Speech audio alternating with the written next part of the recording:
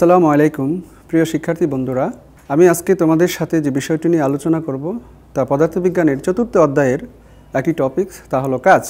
আজকে আমরা এই আলোচনা থেকে যে বিষয়গুলো জানতে পারবো তা হলো কাজ কি, কিভাবে কাজ পরিমাপ করা যায়, বলের সাথে কাজ এবং সরণের কি সম্পর্ক ইত্যাদি।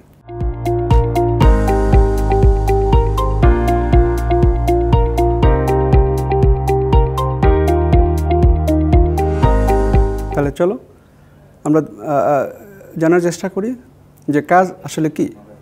আমাদের দৈনন্দিন জীবনে কাজ বলতে যা বোঝায়, পদার্থবিজ্ঞানের ভাষায় কাজ কিন্তু তা নয়।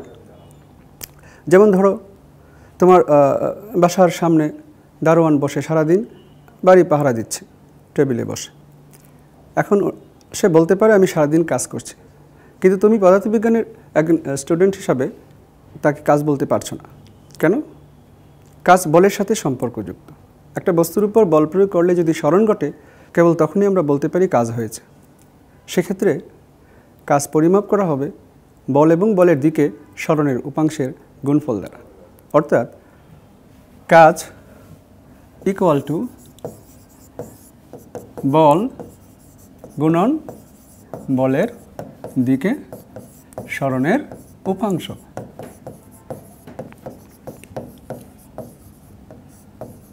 সরণের উপাংশ। আচ্ছা, তাহলে সরণের উপাংশ কি সেটা দেখা যাক। ধরো তুমি একটি বস্তুর উপর অনুভূমিকভাবে বল প্রয়োগ করেছো F পরিমাণ। এতে করে বস্তুটি বলের দিকে না সরে বলের সাথে থিটা কোণ করে S পরিমাণ সরে গেল।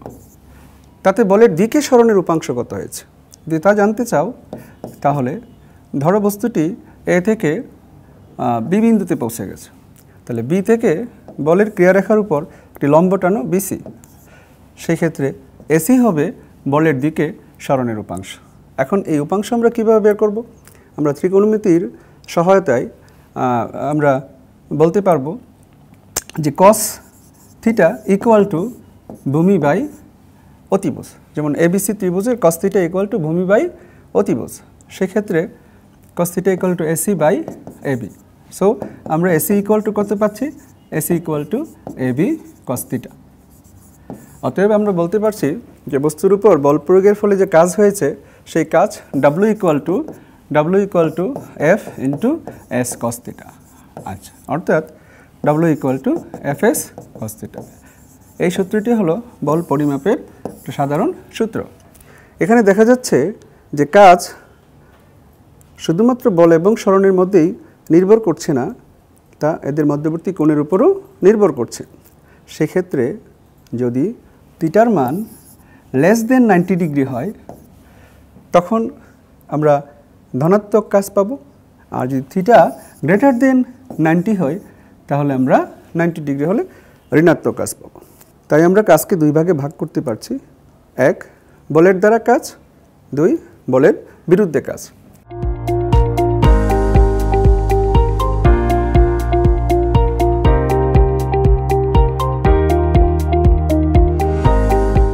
তাহলে আমরা কাজকে কিভাবে শ্রেণীবিভাগ করলাম বন্ধুরা? কাজ হলো দুই প্রকার। এক হলো বলের দ্বারা কাজ,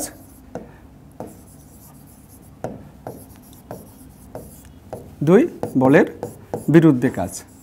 বলের বিরুদ্ধে কাজ। আচ্ছা, এখন দেখা যাক যে বলের দ্বারা কাজ কোন ক্ষেত্রে হয়। যেমন আমরা দেখেছি W equal two FS cos theta. আচ্ছা, সেখানে বলের দ্বারা কাজ বলতে বলের দিকে সরণের উপাংশ থাকবে। আচ্ছা, এবার আমরা একটা বস্তুকে ভূমির এই উচ্চতা থেকে মুক্তভাবে পড়তে দিলাম। সেক্ষেত্রে বস্তুর ওজন, যদি বস্তুটির ভর m হয়, তার ওজন mg নিচের দিকে ক্রিয়া করছে, বস্তুর সরণও নিচের দিকে হচ্ছে। সেক্ষেত্রে যে কাজটা হবে সেটা বলের দ্বারা কাজ হবে। কিন্তু যদি আমরা একটা বস্তুকে ভূপৃষ্ঠ থেকে উপরে ওঠাই এই উচ্চতায়, তাহলে সেক্ষেত্রে দেখা যাবে যে বস্তুর ওজন খাড়া নিচের দিকে কাজ করছে, বাট বস্তুটি সরণ হচ্ছে উপরের দিকে। সেক্ষেত্রে বল এবং সরণের মধ্যবর্তী কোণ 180 ডিগ্রি হয়, বলের বিরুদ্ধে কাজ হচ্ছে। তাই আমরা বলতে পারি যে যখন একটি বস্তু উপর থেকে নিচে পড়বে অভিকর্ষ বলের দ্বারা কাজ হবে, বস্তুটি যদি ভূমি থেকে উপরে উঠবে উঠে তাহলে অভিকর্ষ বলের বিরুদ্ধে কাজ হবে। তাই আমরা বলতে পারি যে অভিকর্ষ বল দ্বারা কাজ ধনাত্মক এবং ঋণাত্মক দুটোই হতে পারে। আচ্ছা, এখন যদি এমনটা হয় যে থিটা ইকুয়াল টু 0 ডিগ্রি, এমনটা যদি হয় যে বল এবং সরণের মধ্যবর্তী কোণ 0 ডিগ্রি, তাহলে কিন্তু আমাদের সূত্র বলছে W ইকুয়াল টু 0। সেটা কি করে সম্ভব? হ্যাঁ, এখন তুমি মনে করো প্রিয় বন্ধুরা, আমরা দেখতে পাচ্ছি যে কাজ W equal two Fs cos theta. সেক্ষেত্রে যদি থিটা ইকুয়াল টু 90 ডিগ্রি হয় তাহলে কিন্তু কাজ কি হচ্ছে? 0 হয়ে যাচ্ছে। আচ্ছা, এটা কিভাবে সম্ভব? ধরো যে তুমি একটা অনুভূমিক রাস্তা দিয়ে একটি ভুজা নিয়ে হাঁটছো, সেক্ষেত্রে বস্তুটার ওজন mg নিচের দিকে কাজ করছে, বাট বস্তুটার সরণ হচ্ছে অনুভূমিকভাবে। সেক্ষেত্রে বল এবং সরণের মাঝখানে 90 ডিগ্রি কোণ সৃষ্টি করছে। সেক্ষেত্রে কোনো কাজ অভিকর্ষের বিরুদ্ধে হচ্ছে না। এই ক্ষেত্রে আমরা কৃতকাজ 0 বলছি। তাছাড়া তুমি যদি একটি বস্তুকে সুতায় বেঁধে বৃত্তাকার পথে ঘোরাও, তাতেও দেখা যাবে যে বৃত্তাকার পথে ঘোরার সময় তুমি যে কেন্দ্রমুখী বল প্রয়োগ করছো তা ওই বৃত্তের কেন্দ্র বরাবর কাজ করছে, বাট বস্তুটার সরণ কিন্তু পরিধি বরাবর হচ্ছে। সেক্ষেত্রে বল এবং সরণের মাঝখানে একটা 90 ডিগ্রি কোণ সৃষ্টি হবে অলওয়েজ। সেক্ষেত্রেও কৃতকাজ কী হবে? 0 হবে।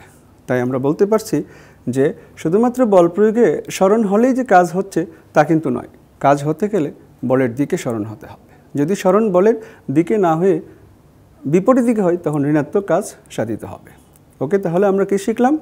যে কাজ কি, কাজ কত প্রকার ও কী কী, এবং কখন কাজ হয় এবং কখন কাজ 0 হয়। আচ্ছা, এবার অভিকর্ষ বলের দ্বারা আমরা দেখতে পেলাম যে কাজ ধনাত্মকও হতে পারে, ঋণাত্মকও হতে পারে। কিন্তু দেখা গেছে যে কোনো কোনো ক্ষেত্রে কৃতকাজ অলওয়েজ ঋণাত্মক হয়, যেমন ঘর্ষণ বল। ঘর্ষণ বলের ক্ষেত্রে দেখা যাচ্ছে যে তুমি যদি একটি বস্তুকে একটা ঘর্ষণযুক্ত তলের উপর দিয়ে টেনে সরাও, তাহলে যে কাজ হবে ঘর্ষণ বলের বিরুদ্ধে। ধরো বস্তুটা এ বিন্দুতে ছিল, তুমি তাকে টেনে বি বিন্দুতে নিয়ে গেছো, কতটুকু সরিয়েছো? এস। তাতে করে ঘর্ষণ বল অলওয়েজ কিন্তু গতির বিরুদ্ধে কাজ করছে। এক্ষেত্রে বল এবং সরণের মাঝখানে অ্যাঙ্গেল 180 ডিগ্রি হবে। সেক্ষেত্রে কৃতকাজ W equal two Fs cos 180 degree হয়। ঋণাত্মক কাজ হচ্ছে Fs মাইনাস Fs। কিন্তু আবার যদি তুমি দেখা যাচ্ছে যে বস্তুটাকে কী করছো, যে আবার বস্তুটাকে বি বিন্দু থেকে যদি আবার টেনে এ বিন্দুতে নিয়ে আসো, তখন যে কাজ হবে দেখা যাচ্ছে যে তুমি বি থেকে যখন এতে নিয়ে আসছো, ঘর্ষণ বল আবার তার গতির বিরুদ্ধে কাজ করেছে। সেক্ষেত্রেও বল এবং সরণের মাঝখানে 180 ডিগ্রি কাজ করছে। সেক্ষেত্রেও কৃতকাজ W ইকুয়াল টু হবে Fs cos 180 degree equal to কত? Minus Fs। তাহলে এখান থেকে আমরা দেখতে পাচ্ছি যে একটা বস্তু যখন এ থেকে কোথায় বিতে গেল, তখন যে কাজ হয়েছে ঋণাত্মক, বি থেকে এতে আসা তো কাজ ঋণাত্মক। তাই আমরা বলতে পারছি যে ঘর্ষণ বল দ্বারা কৃতকাজ অলওয়েজ ঋণাত্মক। আচ্ছা, এবার আসা যাক কিভাবে বল পরিমাপ করা যায়। শিক্ষার্থী বন্ধুরা, এখন আমরা দেখি কিভাবে কাজ হিসাব করা হয়। ধরো একটি বস্তু ভূমিতে অবস্থিত, বস্তুটির উপর আমরা বল প্রয়োগ করলাম অনুভূমিকের সাথে তির্যকভাবে। কত নিউটন বল? সাপোজ 50 নিউটন বল। এতে করে বস্তুটি অনুভূমিক বরাবর সরে আসলো, অনুভূমিকভাবে সরে আসলো। আচ্ছা, কতটুকু সরে আসলো? S equal to 5 metre. আচ্ছা, অনুভূমিকের সাথে কত ডিগ্রি কোণে আমরা বল প্রয়োগ করেছি? Suppose 30 degree. এখন যদি তলটি ঘর্ষণ যুক্ত হয় তাহলে একটি ঘর্ষণ বল অবশ্যই কাজ করবে বলে সরণের বিপরীতে। ধরে নাও যে এই ঘর্ষণ বলটি 10 নিউটন। আচ্ছা, এখন যদি আমরা প্রযুক্ত বল দ্বারা কাজ হিসাব করতে চাই, তাহলে সেক্ষেত্রে প্রযুক্ত বল দ্বারা কাজ আমরা কত পাবো? যেহেতু আমরা জানি W equal two Fs cos theta. এখানে প্রযুক্ত বল এবং সরণের মাঝখানে যে কোণ উৎপন্ন হয়েছে থিটা, সেটা হবে 30 ডিগ্রি। বল, প্রযুক্ত বল 50 নিউটন এবং সরণ হবে 5 মিটার। সেক্ষেত্রে কৃত কাজ W ইকুয়াল টু আমরা কত পাবো? 50 গুণন 5 গুণন cos 30 ডিগ্রি। ওকে, তাহলে সেক্ষেত্রে আমাদের কৃত কাজ 50 গুণন 30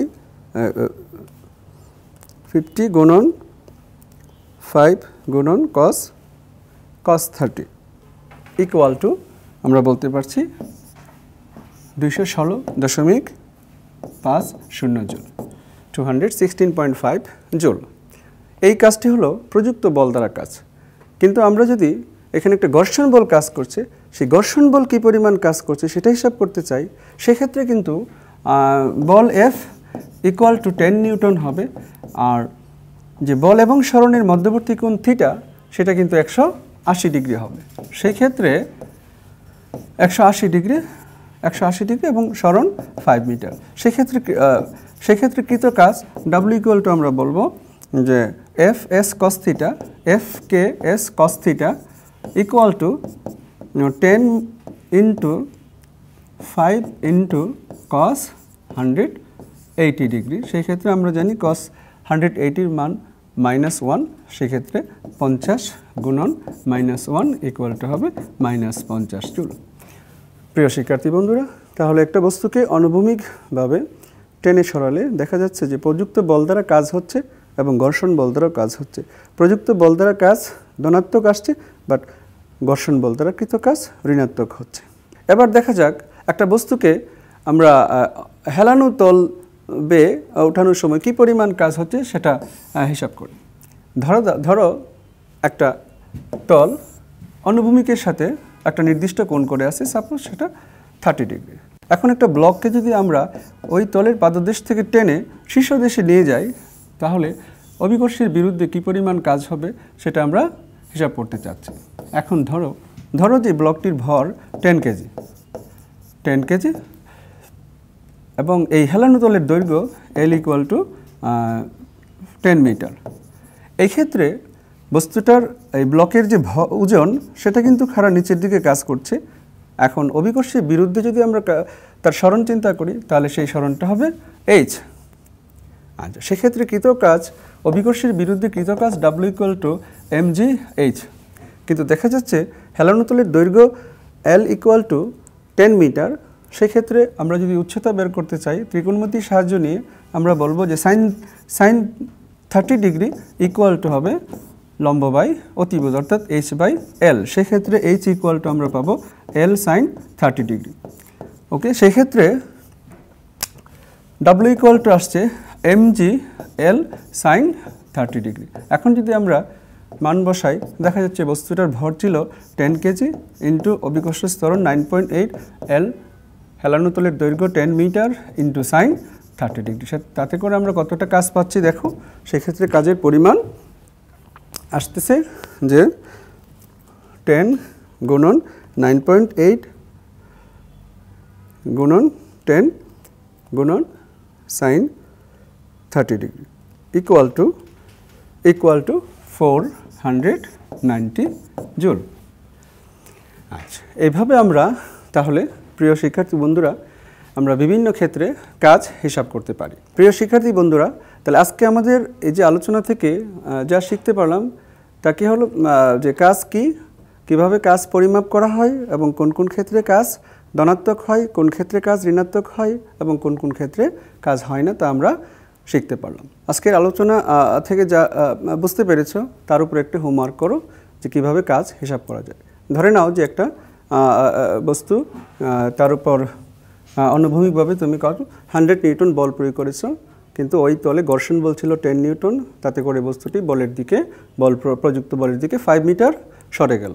এখন তোমাদের জন্য হোমওয়ার্ক হলো যে প্রযুক্ত বল দ্বারা কী পরিমাণ কাজ হলো এবং ঘর্ষণ বল দ্বারা কী পরিমাণ কাজ হলো।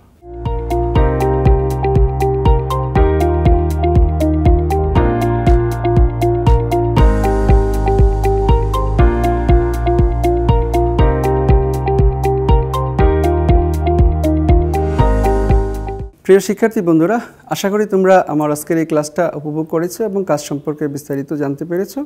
যে হোমওয়ার্কটা দিয়েছি তোমরা বাড়িতে কমপ্লিট করে তোমাদের বিশেষ শিক্ষকের কাছে জমা দিবে। আজকের আমাদের এই ক্লাসটি কিছু বাতায়নে থাকবে, তোমরা প্রয়োজনে দেখে নিবে।